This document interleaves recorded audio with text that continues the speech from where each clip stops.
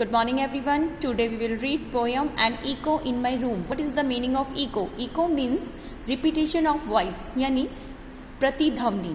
जब हम किसी खाली कमरे में बोलते हैं तो एक आवाज़ वापस लौट करके हम तक आती है, उसी को प्रतिध्वनि यानी गूंज कहते हैं. Read this funny poem. इस मजाकिया पोएम को पढ़िए. एंड अबाउट एन इको, जो एक प्रतिध्वनि के बारे में है. That a child finds in his room, जो बच्चा अपने कमरे में सुनता है. There is an echo echo echo मेरे इन माई रूम टुडे. आज मेरे कमरे में बार बार प्रतिध्वनि यानी रिपीटिशन ऑफ वॉइस हो रही है. It is an echo that I wish would go away. मुझे मन करता है कि मैं इस आवाज़ से पीछा छुड़ा के कहीं दूर चला जाऊं. It's a problem for no matter what I do. मेरे लिए तो ये एक समस्या बन गई है. मुझे समझ नहीं आ रहा है कि मैं क्या करूं. If I make a sound and echo makes it too. अगर मैं कुछ बोलता हूं तो ये वापस मुझे मेरी ही आवाज़ सुनाता है. When this echo started yesterday.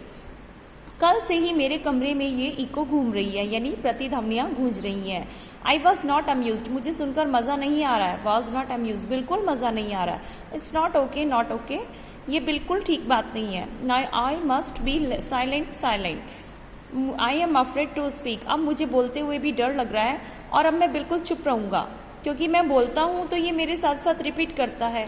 If I am talking, अगर मैं बोलूँगा, if I am talking I might last all way. तो ये पूरा का पूरा ऐसे ही रिपीट करके मुझे सुनाता है. इट इज़ अनोइंग, ये मुझे गुस्सा दिला रही है. But it seems it is here to stay. लेकिन मुझे ऐसा लगता है ये मेरे साथ यहीं रहने वाली है, मेरे कमरे में. It's my parrot saying everything I से. मुझे तो लगता है ये मेरा पेट पैरट बन गई है, क्योंकि एक पेट पैरट जो भी उसका ओनर बोलता है वही पेट पैरट रिपीट करता है. तो इसलिए वो इको को पैरट बता रहा है कि ये मेरे पैरट की तरह है जो मुझे ऑलवेज रिपीट कर रहा है. That's all. Thank you.